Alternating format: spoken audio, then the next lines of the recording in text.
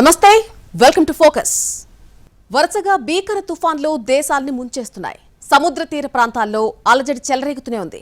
కొండ చర్యలు విరిగిపడుతున్నాయి. ఊర్లు ఏర్లు ఏకమవుతున్నాయి. చెట్టు చేమ కొట్టుకుపోతున్నాయి. ఇళ్లన్నీ పేకమెడలా కూలిపోతున్నాయి. కార్లు పడవల్లా తేలి కొట్టుకుపోతున్నాయి. ఓవరాల్ గా చూస్తే ఆసియా దేశాల్లో మరణ మృదంగమే మోగుతోంది. Indonesia, Sri Lanka, Thailand, Vietnam, Bharat rainy సీజన్తో సంబంధం లేకుండా వణికిపోతున్నాయి. గ్లోబల్ వార్మింగ్ ఎఫెక్ట్తో ప్రకృతి ప్రకోపిస్తుంటే అకాల వర్షాలు, ఆకస్మిక వరదలు జనజీవనాన్ని అతలాకుతలం చేస్తున్నాయి.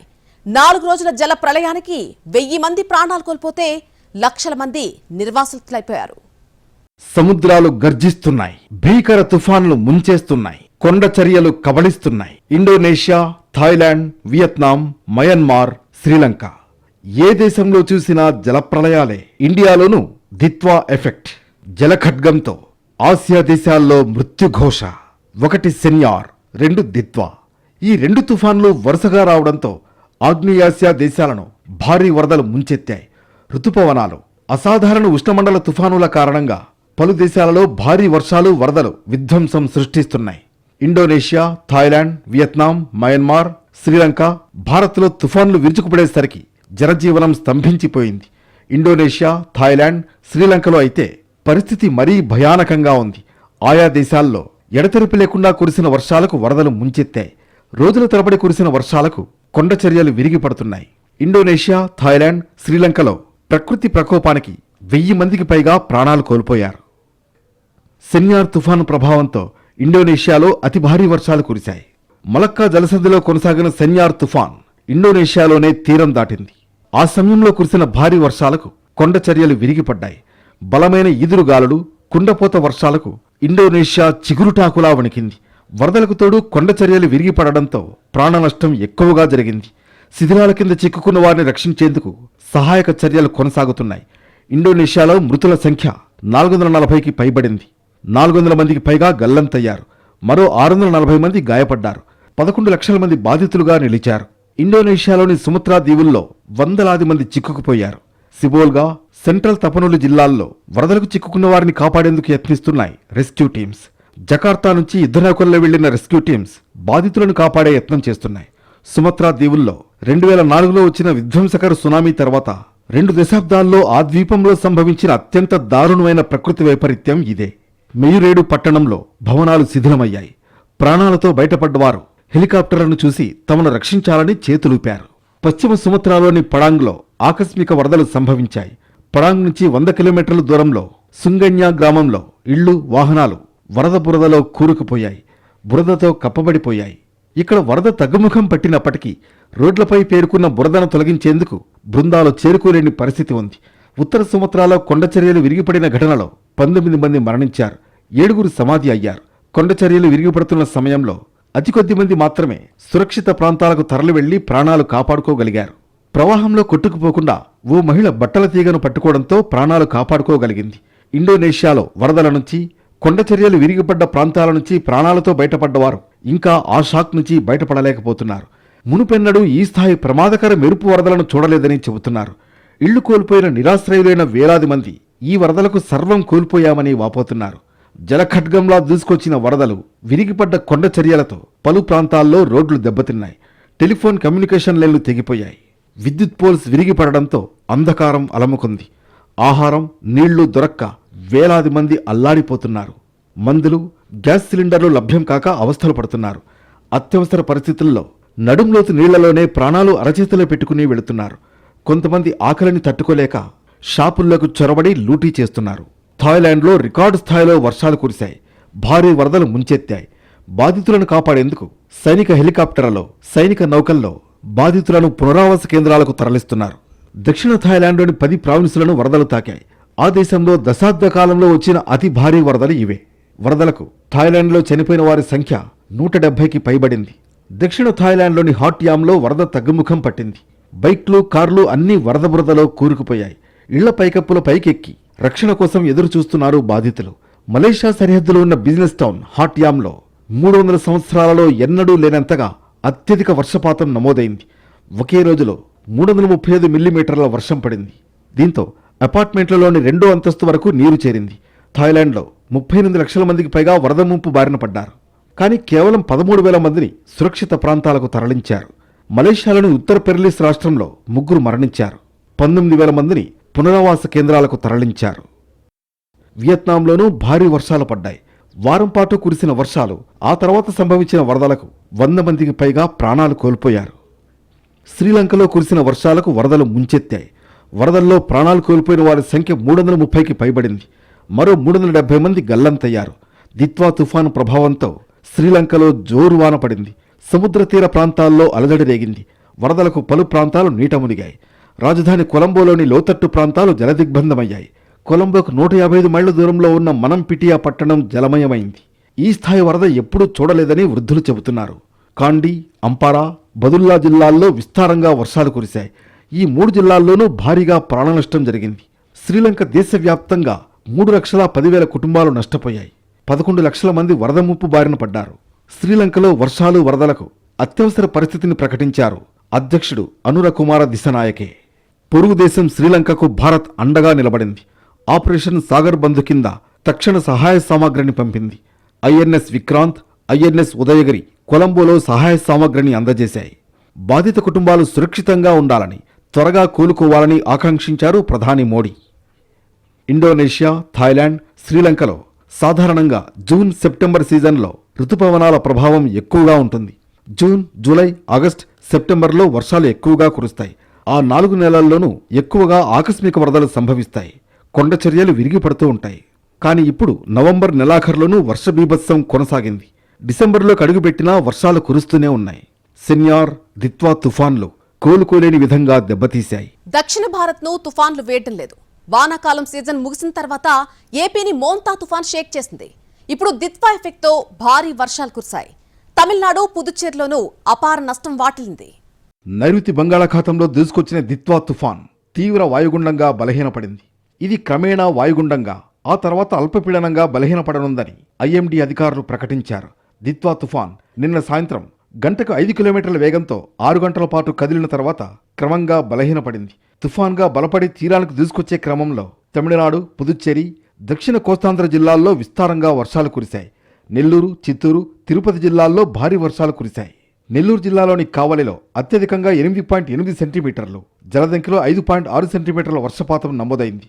ప్రకాశం, అన్నమయ్య, కడప జిల్లాల్లోనూ వర్షాలు కురిశాయి. దిత్వా తీవ్రత తగ్గినా తీరం వెంబడి భారీ గాలులు వీస్తున్నాయి. వర్షాలు పడుతున్నాయి. నెల్లూరు, తిరుపతి జిల్లాల్లో అతి భారీ వర్షాలు పడ్డాయి. దీంతో అన్నదాతలు మరోసారి నష్టపోయారు. నెల క్రితం వచ్చిన మొంతా తుఫాన్కు ఏపీలోని కోస్తాంధ్ర, ఉత్తరాంధ్ర, సీమ ఈ 3 ప్రాంతాల్లోనూ భారీ వర్షాలు కురిశాయి. పలు ప్రాంతాల్లో వరదలు పోటెత్తాయి. దీంతో వేలాది ఎకరాల్లో పంటలను నష్టపోయారు రైతులు.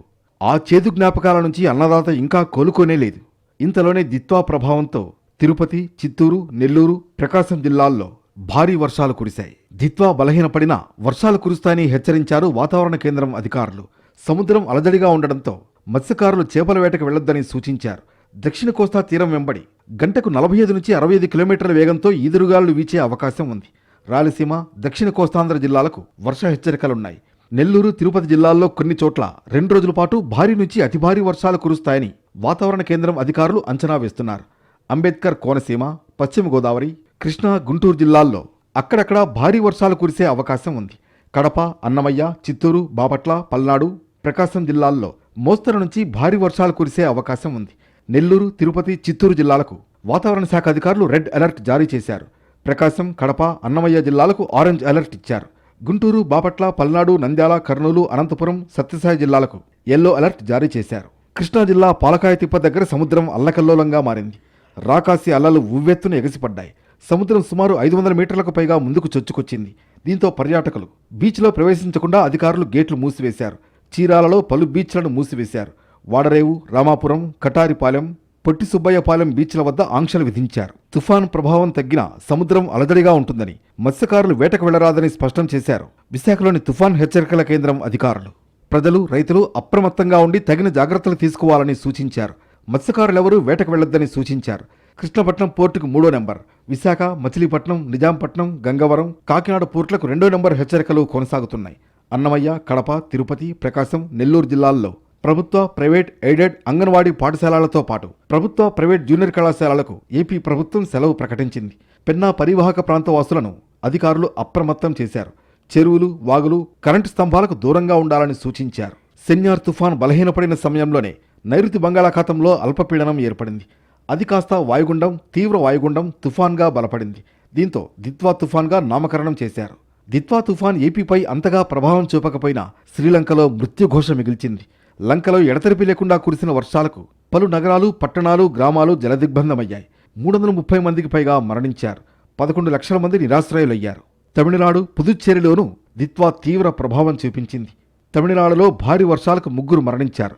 కడలూరు, నాగపట్నం, మైలాదుతురై, విల్లుపురం, చెంగల్పట్టు, పుదుచ్చేరి, కారైక్కల్లో భారీ వర్షాలు కురిశాయి. మైలాదుతురైలో 24 గంటల వ్యవధిలో అత్యధికంగా 22 సెంటీమీటర్ల వర్షం పడింది. తిరువారూరులో 14 సెంటీమీటర్ల వర్షపాతం నమోదైంది. పలు ప్రాంతాల్లో గంటకు 80 కిలోమీటర్ల వేగంతో ఈదురుగాలులు వీస్తున్నాయి. చెన్నై, తిరువళ్లూరులో కాలనీలు నీట మునిగాయి. చెన్నై మెరీనా బీచ్ను అధికారులు మూసివేశారు. వర్షాలకు తమిళనాడులో 56,000 హెక్టార్లలో వరి పంట దెబ్బతింది. తమిళనాడు, పుదుచ్చేరిలో ఇంకా వర్షాలు పడతాయని భారత వాతావరణ శాఖ అధికారులు అంచనా వేశారు. తమిళనాడులోని కొన్ని ప్రాంతాలకు రెడ్ అలర్ట్ ప్రకటించారు. దీంతో స్టాలిన్ సర్కార్ స్కూళ్లు, కాలేజీలకు సెలవు ప్రకటించింది. భారీ వర్షాల కారణంగా చెన్నై ఎయిర్పోర్ట్ నుంచి పలు విమాన సర్వీసులు రద్దు చేశారు. అటు పుదుచ్చేరిలో ఇవాళ విద్యా సంస్థలు తెరుచుకోవు. వర్ష హెచ్చరికలు ఉండడంతో పలు జిల్లాల్లో ఎన్డీఆర్ఎఫ్, ఎస్డీఆర్ఎఫ్ బృందాలు అందుబాటులో ఉన్నాయి. చెన్నైలో వరదలను ఎదుర్కోవడానికి ఎన్డీఆర్ఎఫ్ టీమ్స్ రెడీగా ఉన్నాయి. తుఫాన్ తీవ్ర వాయుగుండంగా బలహీనపడి భారతదేశ తూర్పు తీర ప్రాంతాల వైపు మళ్లింది. దీని ప్రభావంతో ఏపీ, తమిళనాడు, పుదుచ్చేరికి ఐఎండీ రెడ్ అలర్ట్ జారీ చేసింది. కోస్తాంధ్ర, పుదుచ్చేరి, కారైక్కల్లో భారీ నుంచి అతి భారీ వర్షాలు కురుస్తాయన్న హెచ్చరికలున్నాయి. తంజావూరు, తిరుచిరాపల్లి, చెన్నై, కాంచీపురం, తిరువళ్లూరు, రాణిపేట, వెల్లూరు, ధర్మపురి, దిండిగల్, తేని జిల్లాల్లో భారీ వర్షాలు కురిసే అవకాశం ఉంది. తమిళనాడు, పుదుచ్చేరికి ఇప్పుడు వానాకాలమే, కానీ ఆంధ్రప్రదేశ్కు కాదు. ఇండోనేషియా, థాయిలాండ్, శ్రీలంకలోనూ రైనీ సీజన్ కాదు. మరికొన్ని దేశాల్లో రైనీ సీజనే అయినా తుఫాన్లొచ్చే సీజన్ అయితే కాదు. మరి అలాంటిది సీజన్ కాని సీజన్లో ఎందుకు తుఫాన్లు వస్తున్నాయి? గ్లోబల్ వార్మింగ్తో రుతుపవనాలు అస్తవ్యస్తం కావడమే దీనికి కారణమా? గ్లోబల్ వార్మింగ్తో రుతుపవనాలు గతి తప్పుతున్నాయి. కాలం కాని కాలంలో వానలు పడుతున్నాయి. సైక్లోన్లు సీజన్ కాకపోయినా ఒకదాని వెంట మరొకటిగా విరుచుకుపడుతున్నాయి. మన దేశంలో అనే కాదు, Indonesia, Thailand, Malaysia, Vietnam, Sri Lanka ఇలా ఏ దేశంలో చూసినా ఇదే పరిస్థితి. ఎండాకాలంలో వానలు, వరదలు ముంచెత్తడమో, శీతాకాలంలో తుఫాన్లు రావడమో కామన్గా మారిపోయింది. వర్షాకాలంలో భానుడి భగభగలు, కరువు పరిస్థితులు కనిపిస్తున్నాయి. భారత్లో పరిస్థితి ఇలాగే కొనసాగితే ఆ ప్రభావం వ్యవసాయ రంగంపై పడుతుంది. ఆర్థిక వ్యవస్థపై కనబడడం ఖాయం. మన దేశంలో ఎక్కువగా వ్యవసాయంపై ఆధారపడే జీవిస్తారు ప్రజలు. విత్తు మొలకెత్తాలన్నా, మంచి దిగుబడి రావాలన్నా నీరు అవసరం. కాలువలు, బోర్లు ఉన్నా ఎక్కువగా ఆధారపడేది మాత్రం వర్షాలపైనే. సకాలంలో వర్షాలు పడితేనే దిగుబడి సాధ్యం. పంట చేతికి అందివచ్చే సమయంలో వర్షాలు పడితే రైతు నష్టపోతాడు. గత 45 రోజులుగా జరుగుతున్నది అదే. అవసరం లేని సమయంలో భారీ వర్షాలు కురుస్తున్నాయి, వరదలు ముంచేస్తున్నాయి. దీంతో పంట నష్టపోతున్న రైతు ఆర్థికంగా నష్టపోతున్నాడు. కొన్నేళ్లుగా వర్షాలు ఎప్పుడు పడతాయో, ఎక్కడ పడతాయో చెప్పలేని పరిస్థితులున్నాయి.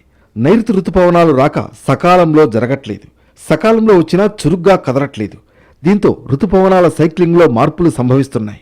సహజంగా భూభాగం వేడెక్కి తక్కువ పీడనం ఏర్పడినప్పుడు సముద్రం నుంచి భూమిపైకొచ్చే తేమగాలులతో విస్తారంగా వర్షాలు కురుస్తాయి. నైరుతి రుతుపవనాలు, ఈశాన్య రుతుపవనాల ప్రభావంతో వర్షాలు కురుస్తాయి.